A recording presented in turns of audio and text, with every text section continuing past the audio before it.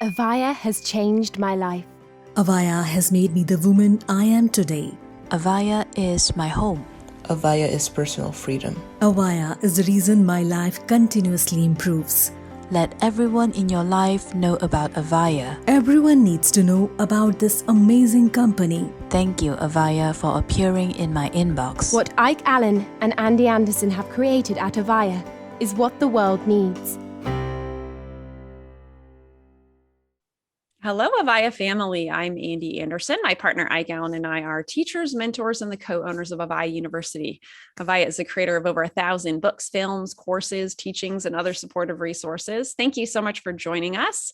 Our fellow teacher, Michael Stone, is with us today to talk about overcoming childhood trauma with neurodynamic breathwork. Michael attended his first breathwork session in 2005 and was blown away by the power of breath. It was such a life-changing experience for him that it changed his career direction, and he decided to focus his life around breathwork in support of world healing. Michael has a unique way of combining his science background with his breathwork training and experience that allows him to create a safe space for participants to open their hearts and have transformative, life-changing experiences. Welcome to Avaya, Michael. Thank you, and thank you for having me. Yeah, it's great to have you. I'm curious, I kind of shared a little bit about how you got into the work that you do today in your bio there, but can you go a little deeper? How did you get into breathwork? That's a bit of a story, so I'll go through it. And so I have to kind of start at the beginning with my childhood. And I had a fairly, I would say, normal childhood, nothing that I was aware of that was traumatic. And I grew up, I wanted to be just like my parents. I really saw my parents have a very loving relationship. So in my mind, I wanted to be just like them. And I was always very good in school and very good in things that were kind of left brain oriented, where I had to figure things out. But as I grew older, what I found was I was very bad at relationships. And that was really bothering me because, one of my goals was to have a successful relationship like my parents, to have 2 kids. I just saw how wonderful, their life was and how much they loved it. And I could not make a relationship work, and I had no idea why. And that was frustrating for me because I figured I can figure this out. I'm smart. I get A's in school. I can handle this. It's just a question of me figuring out what was going on. But I'd go through relationship after relationship after relationship, and it would always end the same. It always end about 3 months later, dramatically and not in a good way, where I'd never talk to the person again. And then ultimately, I just figured, okay, it's got to be the other person. Once I meet the right woman, it's all going to be okay. I just have to keep trying. And at that point, I wasn't personally developed enough in my consciousness to see that there was only one common thread in all those relationships. And it was not the woman, it was me. Mm-hmm. So looking back on it now, it was pretty clear that the issue came from me, not from them. But at the time, I just couldn't get that. So I kept trying and trying, kept failing and failing. I was doing well in work. I was making a lot of money. I was starting companies, but I couldn't make relationships work. And then at a certain point, I ended up going down to Peru on a vacation and ended up doing an ayahuasca journey. And it's a plant medicine for those people who have never heard of it. And it kind of puts you into this psychedelic state for a few hours. And I'd never tried anything like that before. But, I was there, the opportunity presented itself. I said, oh, why not? Let's give it a try. And I had this amazing experience. And it was really the first time that I felt like I was safe in the world, where it was all okay, no matter what happened, where I felt like really connected to the universe. Like there was this connection there. I'd always before felt like it was me versus the world. I had to protect myself, even though I wasn't really sure why I felt like that, but that was just how I was. So when I had that experience, and then when I got back to the United States, I'm going, this is where I had a science background. This is where my science mind kicks in. If I can have that kind of experience with a substance, the receptors must be there in my brain. There's got to be other ways of having that experience, because I'm not going down to Peru every week. That's not going to happen. So, and I don't want to put stuff into my body like that. So I started exploring, and I ultimately came across breath work. And one of the types of breath work that I came across was holotropic breath work, which was developed by Dr. Stanislav Grof. And he developed it when he had originally done some research with LSD psychotherapy, back when they were exploring it as a methodology for healing, and had produced these amazing results in the people that he was working with, where he'd worked with them maybe for 4 or 5 years with talk therapy and gotten completely stuck. And after 1 or 2 of these LSD psychotherapy sessions, he broke through because their defenses were down. They were more open and willing to be real and authentic with him. And so then after that was banned, he ultimately studied traditional societies and consciousness theory and came up with this breathwork modality that he calls holotropic breathwork. And the way he originally developed it was that he saw what are the common threads in these traditional societies that had gone into these, he called them expanded states of awareness, and how did they do it? And what he saw was there was always something with the breath and something with sound. Like in shamanic societies, they were rattling, so to put themselves in this trance state so they could then bring these healing energies to their clients. And even in Buddhist meditation, you watch the breath. So he worked with different ways of combining breath and sound and ultimately came up with this modality that he trademarked. And so I said, okay, this is for me. It was developed scientifically, I'm in. So I tried holotropic breath work and had this amazing experience the first time out of the box. And I was quite stunned because I'm very left brain oriented. I'm very almost like a control freak. And part of breath work is you have to let go and kind of let whatever wants to happen, happen. But the way it's done, where you're doing this deeper breathing to music, and it actually creates physiological changes in your body that support allowing this ego mind to drop away and to open yourself up more and to let go of this chit chat stuff that's going on in your head. So I had some amazing experiences and I said, okay, this is for me. I'm in. This is I've got to pursue this and see where it goes. And the interesting part was that after the first series of sessions, I actually got to the bottom of what had been keeping me from having successful relationships, and which had been I've been struggling with for 4 decades without an answer. And what I saw was, one of the breathwork experiences that you can have is where you actually dive back into your childhood visually and see things possibly from a different perspective than when you were a child, or just kind of realize things about things that happened that you had kind of slipped into your unconscious mind. And what I saw was, I went back to a place where I was, I think, 5 or 6 years old. And I remembered my mother telling me about her background when she was growing up. And both my mother and my father were German Jews, like Nazi escapees. And with my mother specifically, her father had been like a World War I hero in Germany. And one of her ancestors had saved the town when Napoleon was coming through and was going to burn it down. And he was a rich guy, so he paid him to go around it and saved everybody's life. And so they were kind of like almost heroes in Germany. And almost from one day to the next, they had to run for their lives.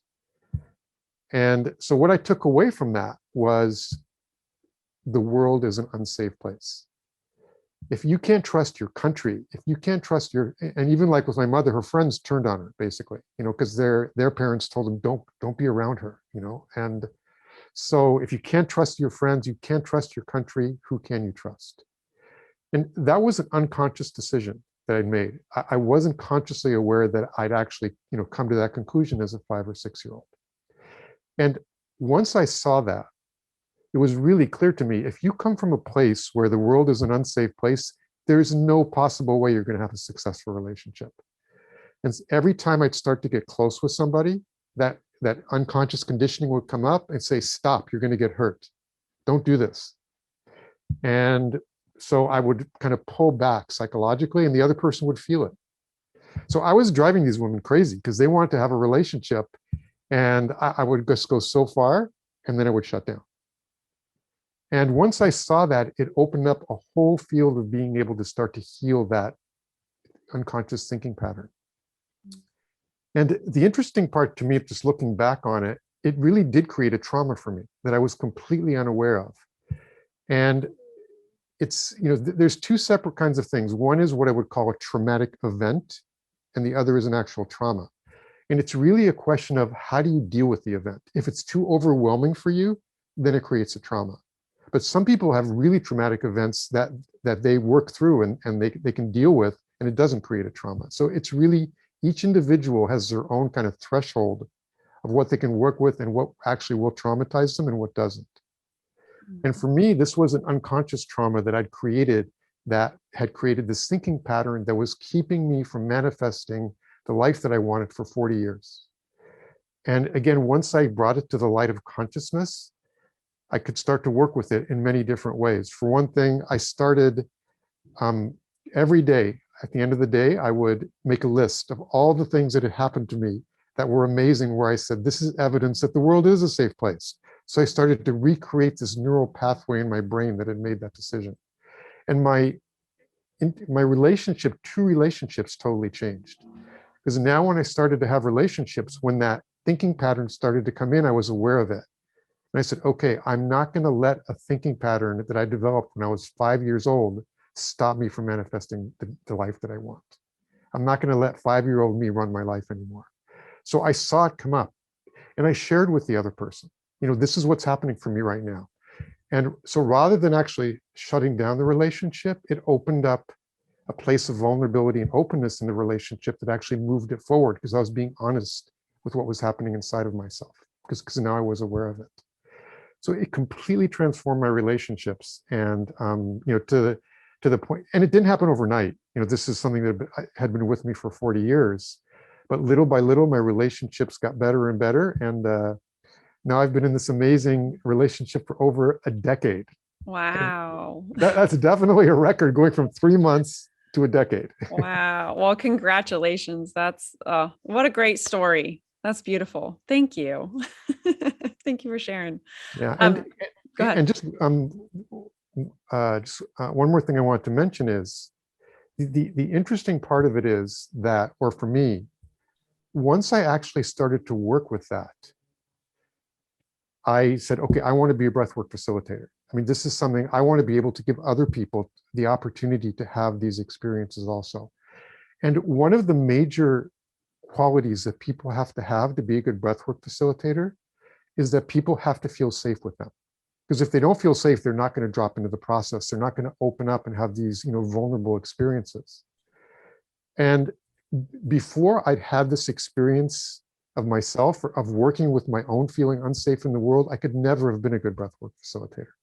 But now that I'd opened that up and I started to facilitate breathwork, actually having that trauma and then working through it put me into a position where people felt ultra safe with me, because they felt that energetically that I'd been through this and they could trust me.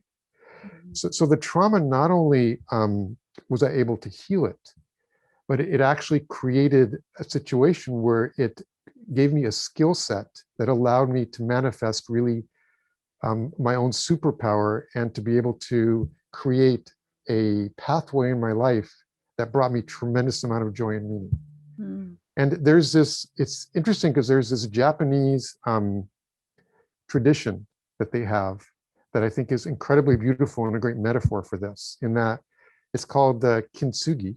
And what it is when pottery or ceramics break, instead of just throwing it away, if they like the piece, what they'll do is they'll put it back together and they'll use enamel, and then they sprinkle it with gold dust. And what they actually do is they create this kind of piece of art around it. It's just beautiful afterwards. With the metaphor being that the places that you're broken and then you heal can actually become your strengths, and can actually be like one of the most beautiful parts of you. So I totally resonated with that based on my own journey, and how like going through that process really allowed me to manifest my dream of being able to support others in really, seeing what their superpower is and creating the life of their dreams. Wonderful. I love that. That was a beautiful metaphor. And thank you for sharing your journey and your success. And I love it. So let's dive a little deeper into your modality, right? I know you have a breathwork modality called neurodynamic breathwork. How and why did you create that? So for the first decade after I became a breathwork facilitator, I was doing holotropic breathwork workshops. And that's a modality, it's really amazing, actually. I love it, but you have to do it in person. And it's like a 10 or 12 hour day with 3-hour breathing sessions. And everybody's laying on mats. So you have to rent this huge venue. It's a major production. I was able to do maybe 4 a year. And each one was maybe 40 people. And ultimately what I saw was that after I got connected to this incredible healing capability and all these results that people could get out of doing breath work, I wanted to bring it to enough people so it could really make a difference in the world. So it could actually change world consciousness. And I saw that with holotropic breath work, doing 40 people at a time, 3 times a year, that was never going to happen. So what I ultimately saw was, okay, the only way for me to really realize my goal in this was to bring it online. And so I had to really start over, because holotropic breathwork, you can only do it in person. It's not really structured to be done in an online setting. Mm-hmm. So I spent about 6 months kind of, going through the same thing that Dr. Groff had, like experimenting with how long of a music set, what kind of structure works online, how can I allow people to really drop in and feel safe in an online structure? How can I do it for large numbers of people and still allow people to have these kinds of experiences? Mm. And so after a lot of practicing and working with people, I ultimately created this modality that I call neurodynamic breathwork, which I do online. And so over the last 3.5 years, I've actually now done it for about 40,000 people from 120 different countries. Wow. So, and it's mostly just from word of mouth. People just have these amazing experiences and tell their friends. And it's just incredibly satisfying. And my goal is to actually have 10 million people do breath work, do this kind of breath work, and to create a shift in world consciousness so that people have a different relationship to themselves and to the world. Einstein said once that you can't solve a problem from the same level of consciousness that you created it from. And I totally believe that. Ultimately, that's what needs to happen in the world, where people see things from a different perspective, from a higher vantage point. Right. And have you seen any participants you've worked with that have had, childhood traumas specifically, have breakthroughs with your modality? Yes, actually many of them. Just for one example, there was one man who was doing neurodynamic breathwork sessions with me, and after a series of sessions, he shared that in his childhood, he'd had an abusive situation with a family member that he almost died from, actually, at that point. But he came through it. And as a result of that, he ended up psychologically being in a situation. First of all, he felt shame, because it was something that he didn't want to talk to other people about. He felt ashamed about it. And when you're a child, you always come to this place of, what did I do wrong? What's wrong with me? That's kind of the go-to place or something like that. And so he just felt, okay, I've got to fix myself somehow. I must have done something wrong, or this wouldn't have happened. And so his entire life, and I really resonated with this, because he felt unsafe in the world. It's kind of like, if a family member will do this to me, then who can I be safe with? And so he too was struggling with relationships. And the really unfortunate thing about trauma is that you end up feeling disconnected and unsafe with yourself, because ultimately your outer world is a projection of your inner world. And if you don't feel safe in the world, it also means that you don't feel safe with yourself. Because if you felt confident and safe with yourself, you would ultimately be in a place, I can handle whatever comes up. And that's incredibly damaging. And that's what I felt too. I didn't feel safe with dealing with my own emotions, and that's why I shut down. And he was the same way. He didn't feel safe with working with his emotions or in being in relationships. And it had held him back his entire life. And then in a breathwork session, he actually went back to that experience.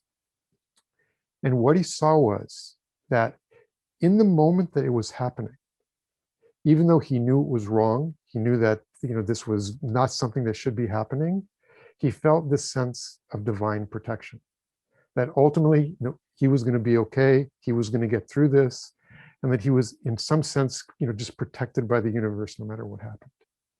But again, in the days and weeks that followed, he totally forgot about that initial hit that he had. And it was more just this memory of like shame and suppression, so to speak. And when he had that experience in the breath work, and he came out of it afterwards, it created this tremendous shift. You could see it in his face. His face was just completely different. It was like this completely open and relaxed and beautiful in this way that was just like, I almost started to cry just when I saw his face. And where he said, you know, now that I've seen that, it completely shifts what I take away from that experience. You know, it's not that there's something wrong with me. It's that I actually got this amazing gift from that experience of this feeling that no matter what happened, I would be safe for the rest of my life, and that I could take risks. It was okay to take risks because the universe had my back, no matter what. And once he reconnected with that feeling, moving forward, this is not something that happens overnight, but he started step by step to kind of restructure his life in a way where he was willing to take risks and he was willing to go into relationships and that type of thing.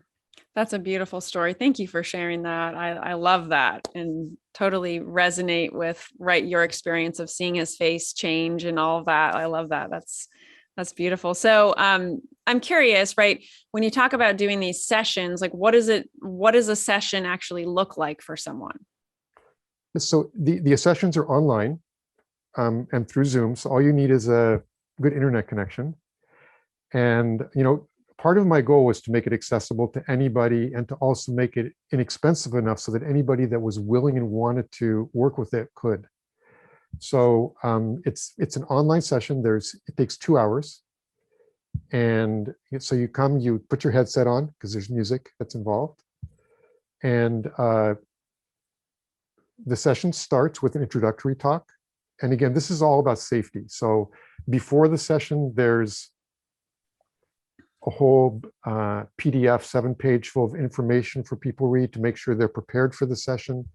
But also the first 30 minutes of the session, we also go over the major points so that people can feel completely safe in what's going to happen. You know, like we say, well, this could happen and that could happen, and this is how you can work with this, and this is how you do the breathing, and this is to make sure people are completely prepared. Because other times when you have an intense experience, if you're not ready for it, it can really freak you out. So, but if you're prepared for it, then it's really easy or much easier to dive in. And, you know, even though we give people the information beforehand, we know that some people don't read it. You know, they just say, oh, I can handle this. I'm just coming in. So again, that's another level of safety to make sure that when they come into the session, we cover the high points again. Then after that, we play an hour of music where people are closing their eyes and doing deeper breathing. And we explain the whole breathing technique and why it works and how. And people are in essence having their experience in their own space and, you know, for the whole hour.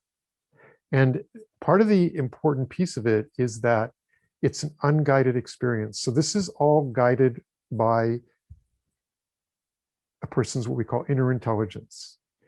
And with the basic concept being that everybody, in the same way that your body knows how to heal itself, you know, you don't have to think about it. If you get a cut, luckily your body knows what to do. If your mind had to figure it out, we'd be in trouble.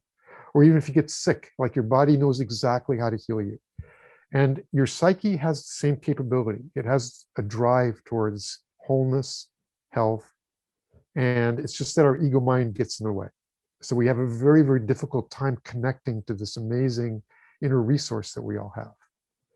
And during the breath work, you know, with the breath and the music, you quiet the ego mind and connect to this amazing inner resource. Some people call it higher self or inner wisdom or connect to source. You know, it's all the same thing, but you are, you know, connecting to this inner resource that you have. And so during the session, it's all guided by your own inner intelligence. So the what's being brought up is what's ready to be processed. And that's why, so people go in without any expectations, without any desire to have a specific kind of experience. So let's say you had a trauma, you know, you wouldn't go in and try to force that trauma up to get it to be released. It'll come up when it's ready and when you're ready to handle it. So you want to make sure it's a modality of surrender and openness and let go. So you just, whatever wants to happen, you let happen. And that's part of the reason why we don't guide the experience, most breath work is guided by the facilitator. But part of the goal in our structure in neurodynamic breath work is that people start to get in touch with the fact that they have all the answers within. They don't have to give their power away to the facilitator or to anybody else in their life, to get the answers they need, to figure out what their purpose in life is. It's already there. It's just a better connection that's needed to this inner resource. So in these sessions, they start to develop and strengthen this neural pathway to this inner guidance that they can then bring back into their life and feel more empowered in their life. And most of our regular breathers do report that they get a better sense of their purpose in life afterwards. They feel more connected to their creativity and intuition as they do more and more of the breath work. So during the session, it's like whatever comes up, you just allow and let it come up, let it process through. You let the emotions come up. If sounds want to come up, you let them come. If your body wants to move, you let it move. And so you go through an hour of this. And then at the end, there's a sharing circle. And for many people, the sharing circle is as powerful as the breath work itself. And it's an amazing community that people then become a part of. It's a worldwide community because there's usually people from 10 or 15 or 20 different countries. And being in a group where people are in this open space and sharing stuff that's very dear to them and being very vulnerable, it's incredibly open-hearted, and it gives people the sense that they're part of this human interaction that can make a difference in the world. It's not like people are chit-chatting about, like in normal everyday life, about, oh, what's the weather? What'd you do for breakfast kind of thing. It's hard to even describe how amazing it is. But for me, it just gives me this amazing hope that human beings can be like this. They can be vulnerable and open. They can shift, they can change, and they can express themselves in a way that connects them to other people. So people go away with it just with this amazing sense of community and hope for their lives and for what's happening around them. Mm-hmm. And then that's the end. I'm curious. So right, if they've had these really amazing experiences that you're talking about, right? Like, how does someone then take that and integrate it into their life? Does that make sense? Oh, absolutely. And that's actually a very important question, because many times people go to, like, let's say it's a weekend workshop and they're all pumped up, all this stuff happens. Then they go back into their life and 3 days later, it's all gone, right? Because they're back in their stuff and because they haven't integrated the experience. So integration, and especially with something when it comes up around trauma, is incredibly important. And first of all, we have integration support structure that we offer. We have courses with integration techniques, for instance, like emotional freedom techniques, where you actually do tapping to get further release and to support like emotions coming up. And we also give people who are regular breathers coaching calls if they need support afterwards and working through something. We have an email that they can use afterwards if they have questions about what happened, and then we connect with them with Zoom if we have to. So we provide a safe integration structure, but we also strongly recommend to people that they do their own integration work. And there's two levels. First is the immediate integration of the experience. And there's several techniques for that include journaling, which is very powerful, where you just write what it is. And then if you come back to it day after day and kind of see it, it makes it real for you again as you're reading through it. So it stays in your life. Some people like to just draw and, then, just see what comes out. And, other people like to do, various other types of things, but all of those things are very supportive in integration.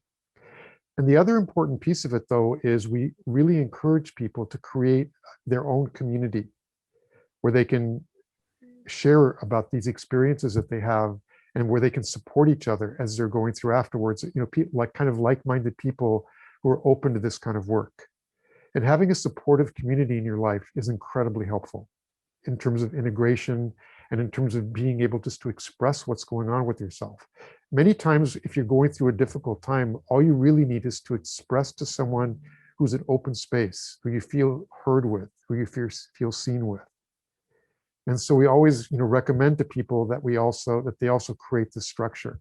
And we're also creating this community ourselves where people can, which is going to be live in about a month or so, where online, where people can connect with other people from the breath work, around specific experiences they had, like breathwork and anxiety or breathwork and trauma or whatever, and connect with other people in our 30,000 people community that also have those types of experiences, where they can then share with each other. So, but integration is very important. And without it, it's, the risk is that it's just going to be another experience, and you kind of get sucked back into your old thinking patterns in your life again. Right. Yeah, exactly. And I'm curious too. So I know that you have a free gift for everyone that allows them to experience a free breathwork session. And there's a link below, everyone, that links over to Michael's site. So what do you have? Can you share a little bit more about that? Sure. Yeah. With experiential things like breathwork, it's almost impossible to describe. You really have to be in it and feel it and see if it's something that you resonate with. And so we offer everybody a session for free, so they can try it out for themselves and see if it's something that they do want to bring into their life, and that it's a modality that works for them. So all they have to do is go to our website, and there's a little button they push that says try a free breathwork session. And we do 5 live sessions every week. So they can just choose the time that works for them, and they'll get signed up. They set up a little account with us, and then they try it out. And then afterwards they can make a choice. Do they want to continue, or if they don't want to continue? Gotcha. And if they do want to continue, we also offer them an offer for some additional free sessions. Gotcha. Afterwards, if they do want to kind of continue with the process. So. Wonderful. Well, thank you so much for offering that for everyone. And again, everyone watching, there's a button below that links right over to that, so you can sign up for your free breathwork session.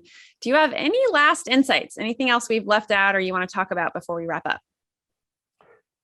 Yeah, just 2 things really. Sure. And again, like the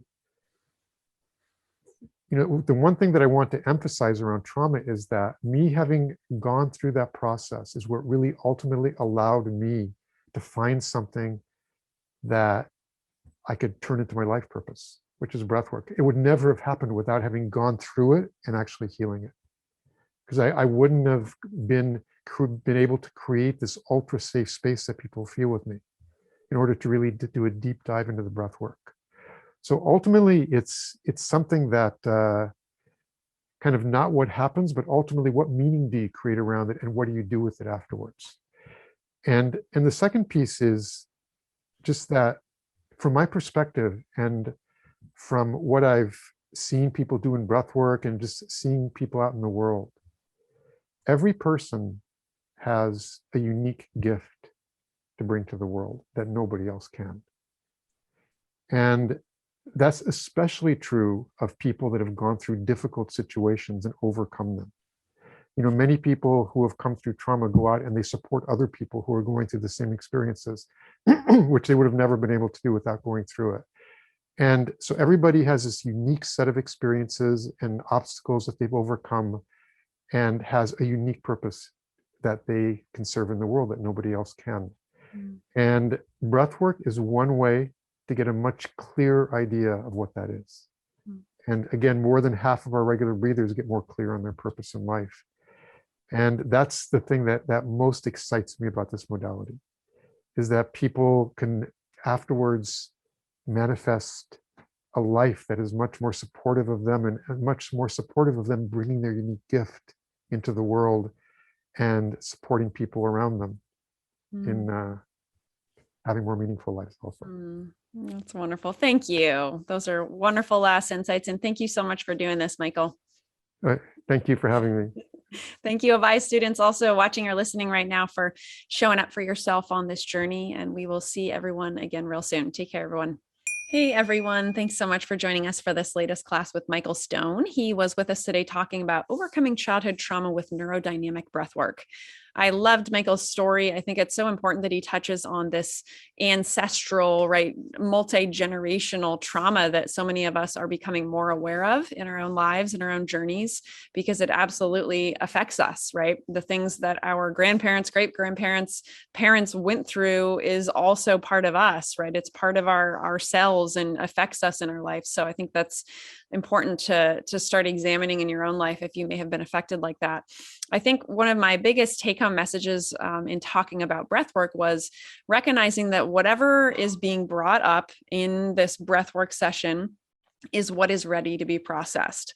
I think that was a very powerful thing to recognize, because maybe what's being brought up is something you don't want to deal with, right? Maybe something's being brought up, you're like, ooh, I don't want to go there. But what's being brought up, right, is something that's ready to be looked at. It's ready to be processed. It's ready to be integrated, right? So something to keep in mind in your own journey. And yet then what isn't being brought up is not ready to be processed. So just let whatever that is go and focus on whatever is coming up for you. So thanks so much for joining us, everyone. We will see you again soon. Take care. Avaya has changed my life. Avaya has made me the woman I am today. Avaya is my home. Avaya is personal freedom. Avaya is the reason my life continuously improves. Let everyone in your life know about Avaya. Everyone needs to know about this amazing company. Thank you, Avaya, for appearing in my inbox. What Ike Allen and Andy Anderson have created at Avaya is what the world needs.